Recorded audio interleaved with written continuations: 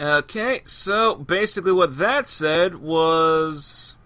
It was the diary of a little, I think, Chinese girl? And... yeah, with the war heating up, America was, like, rounding up all the Chinese people for fear that they might be communist Chinese sympathizers. And the little girl was not really informed of what was going on. Her parents didn't exactly tell her. So she thought her parents were just being jerks, and she was confused throughout the whole thing. And through the eyes of an innocent child, she was just typing down what she thought was going on, or for what little information she knew. It's kind of heartbreaking, really.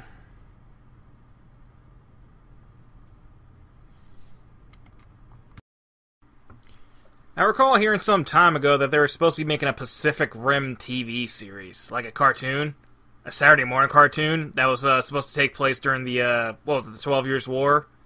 The 12 years of Jaegers versus the Kaiju that took place between the first encounter and the actual Pacific Rim movie, when there was a whole bunch of Jaegers rolling around. I'd love to see a TV show like that. I'm still waiting on the sequel to Pacific Rim. But of course, it underperformed in the box office thanks to a bunch of people insisting on going to Grown Ups 2, because clearly that was the better movie. You fucking... God damn it! People piss me off sometimes. Actually, they piss me off quite often. And then stuff like this is the reason why. The reason why we're not getting Pacific Rim 2 was because some people thought it was a better idea to go and see Grown Ups 2. A freaking sequel to a movie that wasn't that good in the first place, nor was it all that original. Meanwhile, what do you have in the theater right next to it?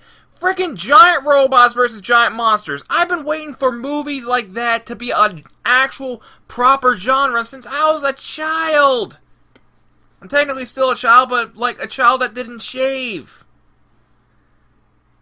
If that actually did come out to be a cartoon, you know who I'd want to do it? Adeleine Studios. Or Adeleine Productions, excuse me. Now, you might be asking, what TV shows did they do?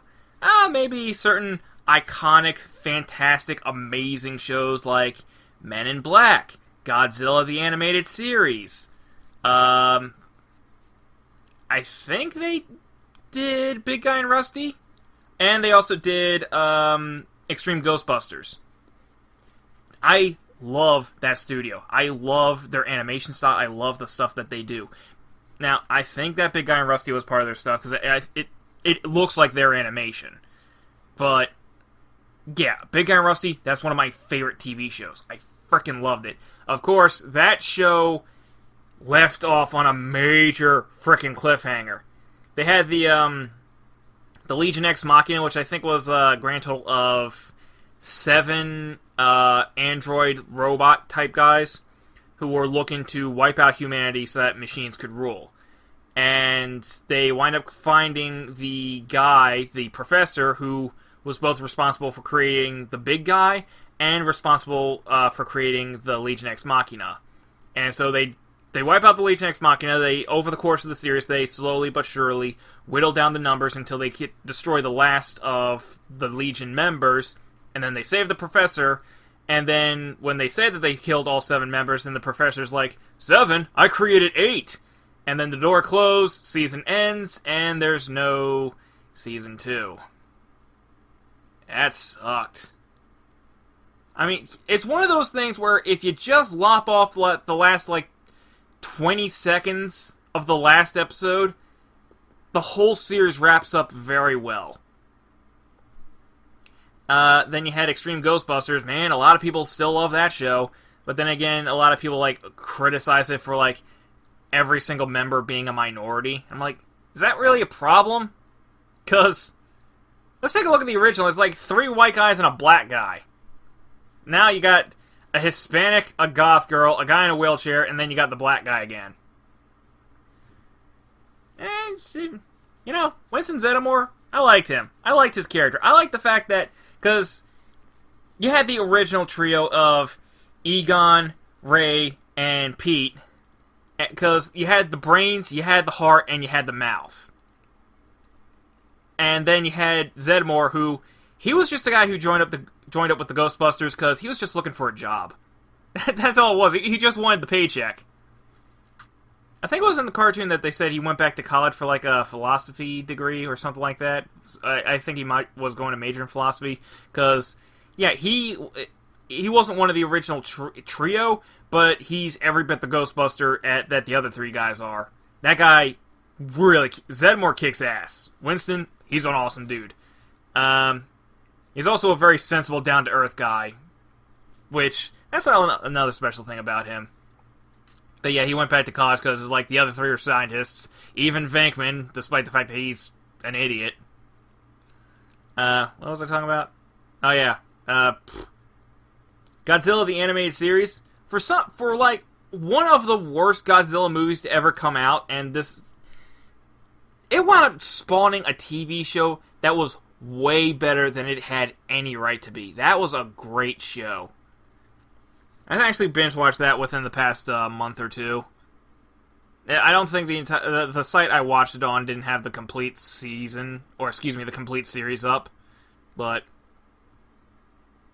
they had that one. I think it was like in the middle of the series. You had that one where you had the aliens invade, and then the aliens took over all the individual kaiju and were using them as weapons to attack the world, every place in the world, all the major cities. And I think you had. Yeah, they actually went and got the body of the original Godzilla from the movie and then resurrected it with cyborg parts and had it fight the Godzilla of the TV show. Because the plot is remember at the end of the Godzilla, the 2001, that movie? I think it was the year 2000 that movie came out. At the end of that movie, you had like the one egg that hatched last, and then it was like, they kill Godzilla, and then it cuts back to, like, in the subways, and you had the egg, and then it hatched, and the little baby Godzilla popped out. It's like, it's not over yet. Well, the cartoon picked up right at that point where it's Nyctotopoulos, the worm guy, got the idea, let's go back down there and make sure that all the eggs are smashed or dead or whatever, because if even one of them survived, then we're going to have another Godzilla on our hands. And, yeah, the one egg that we saw at the end of the movie hatched, and Nick got coated in its goo, so the baby Godzilla imprinted on him, so now it thinks it's its mother. And then it's basically Nick and a whole bunch of original characters just going around and researching kaiju and using Godzilla to fight kaiju. Or, they had some mutations, it was what they were called. Even though, for some reason, all the mutations were massive. With the exception of, like, maybe one or two. But, yeah, most of them just had to get fought by Godzilla. Anyway, the alien invasion thing. That whole plot where it's like all the kaiju are attacking, including the cyborg version of the original Godzilla. The movie's original Godzilla. That seems like a series finale kind of thing, but no, that was something that was a season finale, I think it was, that happened like partway through into the series. I'm hoping that the series ended on a big bang, because it kind of should have. That's how you want a series to end. You want it to end on a big bang. Start strong, end strong. That's the important part, because really, no one remembers the middle. It's the beginning and end that always sticks with people. Then you had Men in Black. That was a phenomenal series. I loved the Men in Black cartoon. I still go back every, like, couple years and just binge watch the whole series because it still holds up. It's still great. And I liked how it acknowledged that the movie, the Men in Black movie with Tommy Lee Jones and Will Smith exist in that universe. Because it's like, yeah, some guy in Hollywood managed to get, like, wind that the Men in Black exist and that they're a thing, and then made a movie about it. And that kind of explains why... That's how that show explained why K and J don't look like the K and J from the live-action movie. They don't look like Tommy Lee Jones and Will Smith. Which, in a similar way, is like going back to Extreme Ghostbusters. In that universe, that's the same universe as, quote, the real Ghostbusters. and they explained why the four Ghostbusters don't look like Bill Murray and their names are skipping me at the moment, but they don't look like the original four guys. I know their names. I usually name them off the top of my head very easily, but right now my mind's a little scatterbrained. It explained that is like, yeah, somebody wanted to make a movie about the Ghostbusters, so then when the four Ghostbusters go to Hollywood, they meet the actors, and the actors do look like the original actors from the live-action movie. But the reason why that happens in real life, why the cartoons don't look like the actors in question, is for legal reasons. They don't want to have to go through the trouble of getting the likenesses and then having to pay the actors to use their likenesses when they could just as easily redesign the characters to not look like the original actors. Also, I don't know if I mentioned this on video, but I've been saying, this is something I've been saying for years, and I was super stoked when Rick and Morty made mention of this, is because this is something I actually point out when I was a kid. It's Lorenzo Music. That guy's a great voice actor. The man passed away, I think, a couple years ago. You had Pete Venkman was played by Bill Murray in the live-action Ghostbusters, and in the Ghostbusters cartoon, the character of Pete Venkman was voiced by Lorenzo Music. Lorenzo Music voices Garfield in the Garfield and Friends cartoon, and then several years later, when you get a live-action movie of Garfield, Garfield is voiced by Bill Murray. Which is one of those funny in hindsight kind of deals. Like, TV Tropes actually has a page on Funny in Hindsight. Another example of Funny in Hindsight is in the Thor comics. Thor's girlfriend is Jane Foster, I believe her name is. Yeah, Jane is Thor's girlfriend, and Jane suspects that Thor, or at least his secret identity, whose name I can't remember because I'm not big into Thor, and they only make that brief mention of Thor's human identity in the movies, because in the movies he doesn't have a proper human identity. So Jane Foster thinks that Thor's hiding something from him, but doesn't ever ask, and then she winds up developing severe heartbreak over the course of years because he's keeping that secret from her, that he doesn't trust her enough to tell her, and so she winds up getting sick and almost dying of heartbreak because he won't tell her that he's actually both a Norse god and a superhero on the side in secret. The reason why that's funny in hindsight is because Jane Foster in the live-action movies is played by Natalie Portman, I believe it was. Was it played by Natalie Portman? Who also played Amidala in the Star Wars movies. And how did she die? Heartbreak. From Anakin betraying her and doing stuff. Like killing younglings.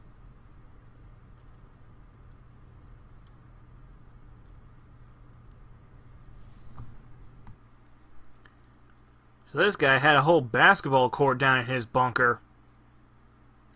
Didn't seem to keep him alive for that long. Ah. That discoloration on the floor means that's gasoline, means that's flammable.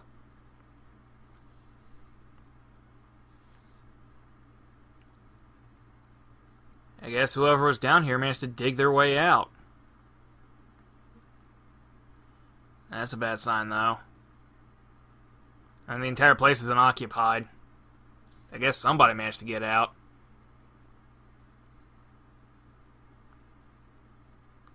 Oh my God! No, no, no, no, no, no, no, no, no, no, no, no, no, no, no, this is bad. Oh, gee, why? Why are there synths? Oh my God, why? Why? They weren't here a second ago, come on!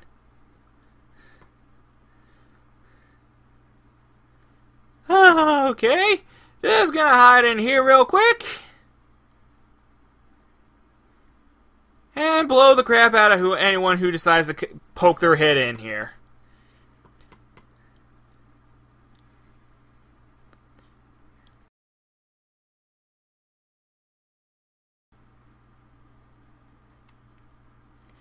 Okay, this place seems to be completely cleared out of synths.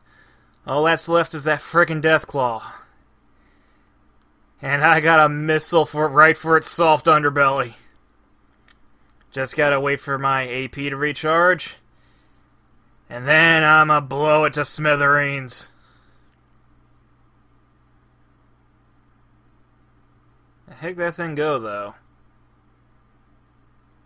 Don't want to blow myself up accidentally if that thing just pops around that corner.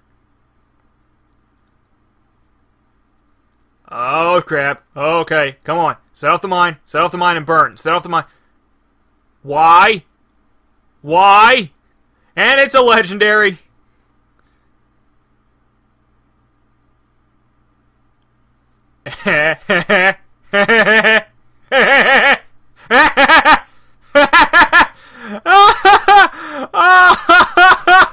Oh, hey. Oh, is that a thing that happens? I just shot its freaking tail off. This is how I beat all my biggest enemies. I get them stuck in a hole they're too big for.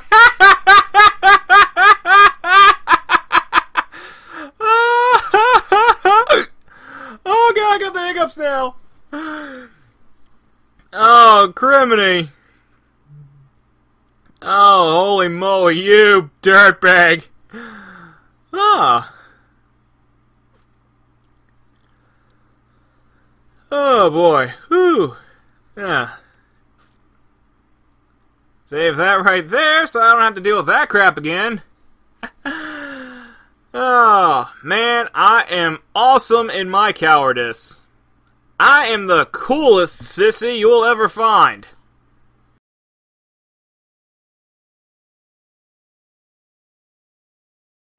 The first Thor film takes place over a weekend, right? He changes. He rewrites a lifetime of being a cocky, braggart piece of crap over the course of a weekend. Just not being okay, so yes, most of it was not being able to pick up the hammer, then the allegedly his parents dying, I think it was. Was it his parents dying? Oh, and then like he had the conversations, but okay, so it was a couple things, but the fact is, like, his whole character does a complete 180 over the course of a weekend. And now he's like humble, but at the same time he's like what is his personality now, really? I mean, he's humble, but at the same time he's like cocky against the other Avengers. Like when he's like so goddamn cocksure that no one else can lift the hammer, which the fact that in Age of Ultron, Steve was able to just nudge it just a little bit. The look on Thor's face. I love that scene. Oh, it's so good. Yeah, you took the most, like, the single most biggest, most interesting part of his personality and you got rid of it because of a weekend. Like, the fact that it only took a weekend to do it, that's one thing. Because in the comics, that took place over the course of years. And, well, not that he was actually a cocky braggart over the, because originally he got banished to Earth, not because he was a cocky piece of crap, but because he liked humans more and felt that they deserved respect, which is why Thor why Odin sent him to Earth in the first place, was because he was a little too sympathetic towards humans. Quite the opposite reason of what happened in the movie, but all the same. One, it was punishment for years, the other was punishment for a weekend. I kind of feel like maybe he should have been down there for a bit longer. Like, I don't know, maybe a month at least. I think a month would have been sufficient. Like, it's one thing to, like, because the thing is, a weekend is way too short for that kind of character development. But then again, it's like there would be problems if, like, because of all the other stuff that has to happen in that movie, it'd be kind of like ridiculous if it took place over the course of years. So maybe like a month would have been fine, or I don't know, maybe like keep him as a bit of a douchebag, but have him learn, like, not have his personality do like a complete 180. I don't know. I just think that Thor was a dick, but not the fun kind of dick like Tony Stark is. And then he got turned into a less interesting Steve Rogers.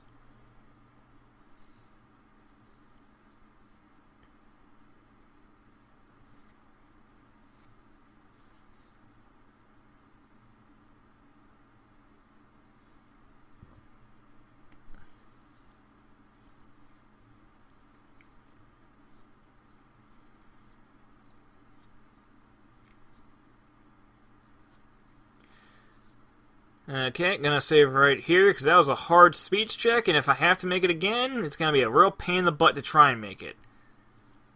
Also, in the event of an attack, even though you are now officially useless to me, I do want to make sure that you don't die.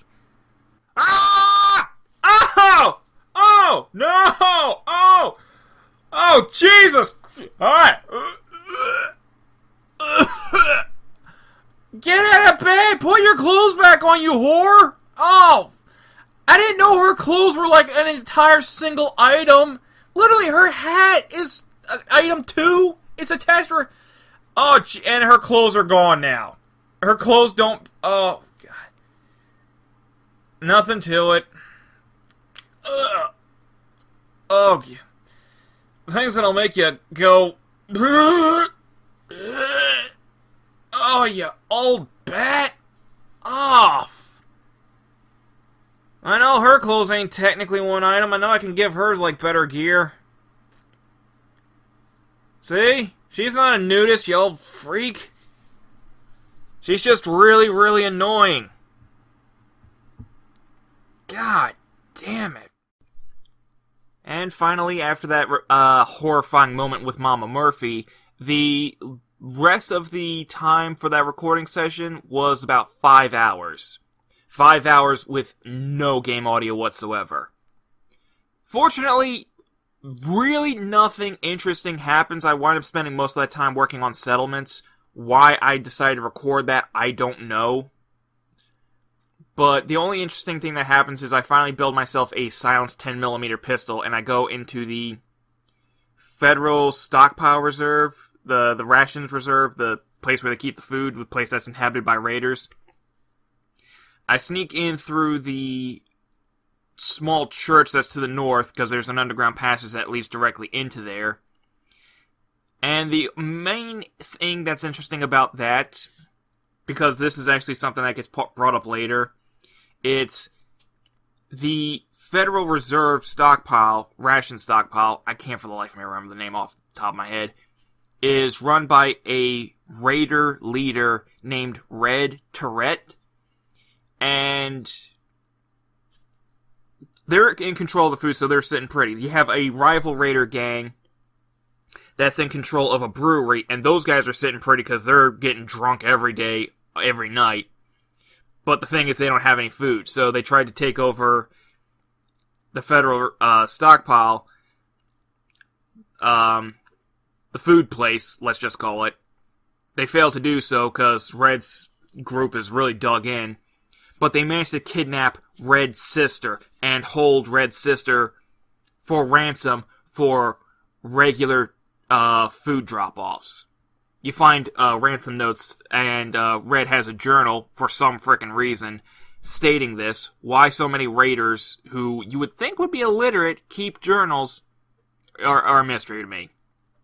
But since this is referenced later, and this is the only interesting part in the remaining 5 hours of this recording session that have no audio, just want to tack this on to this video so you're not completely lost if this is ever referenced later on.